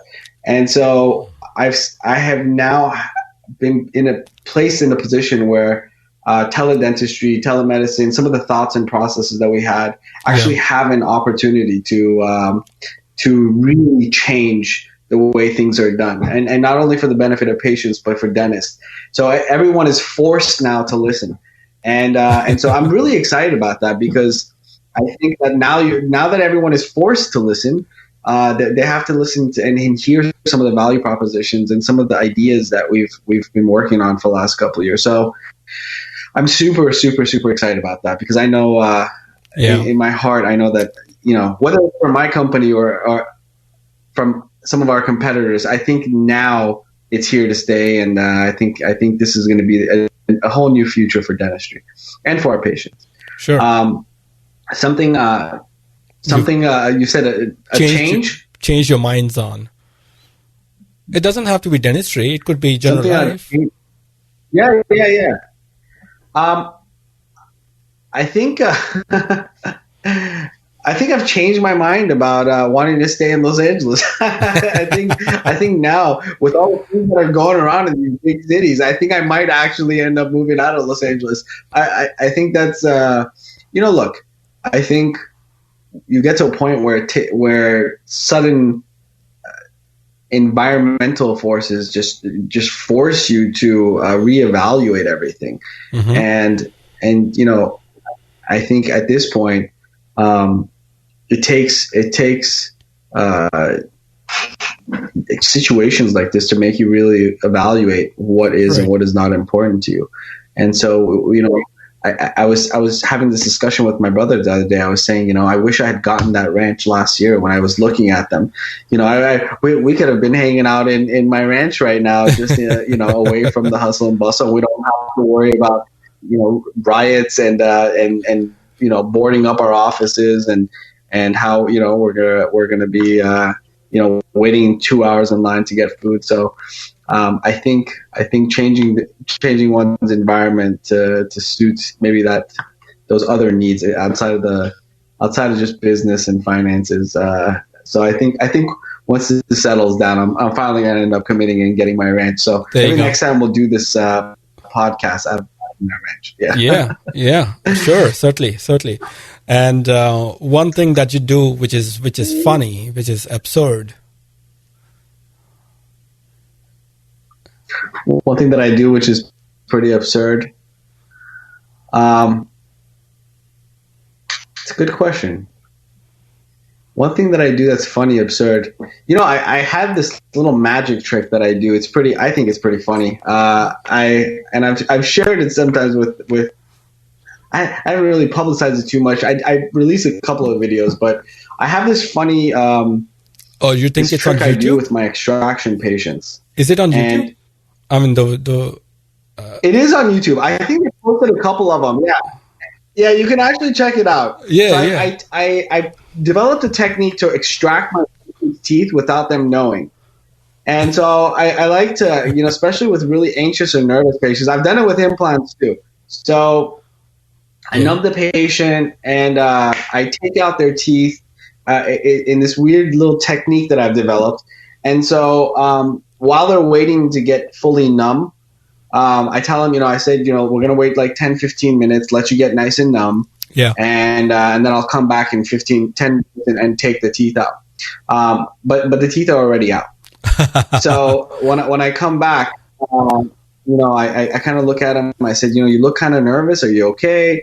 Meanwhile, my staff have like cleaned the teeth and prepared them, and then put them in a little box and surprised them with it. And I asked them, I said, are you okay? Do you want me to show you a little magic trick to calm you down?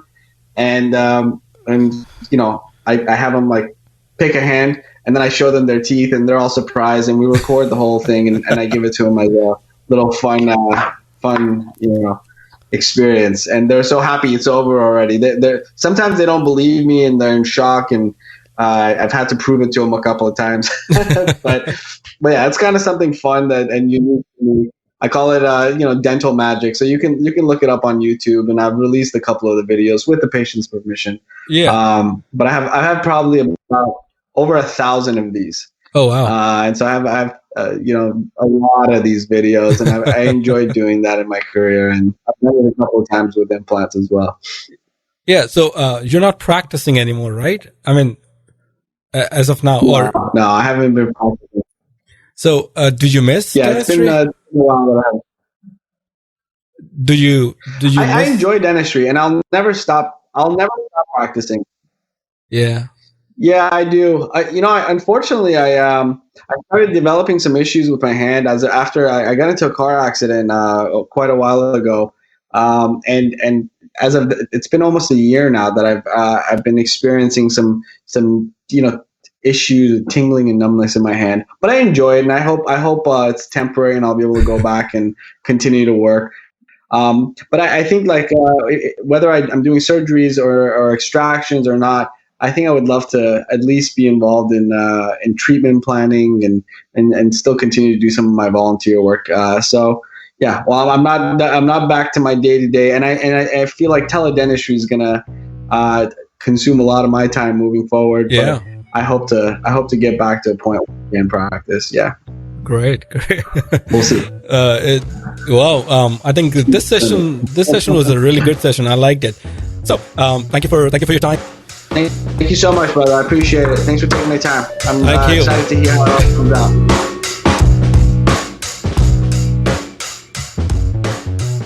Would you like to get a really small email a couple times a month to see what #POD is up to? What are we reading? What are we listening to? What are we doing? What's stupid, funny, entertaining, and some weird stuff that we've gotten ourselves into? Then go to podcastsofdentistry.com/extra. EXTRA. That's right, podcastsofdentistry.com/extra. And you will get a really small email from us to give you that little extra kick and keep you busy exploring the world we travel. You can also find us on Facebook at podcastsofdentistry.com/Facebook. Thank you for listening, #POD, and I'll see you inside.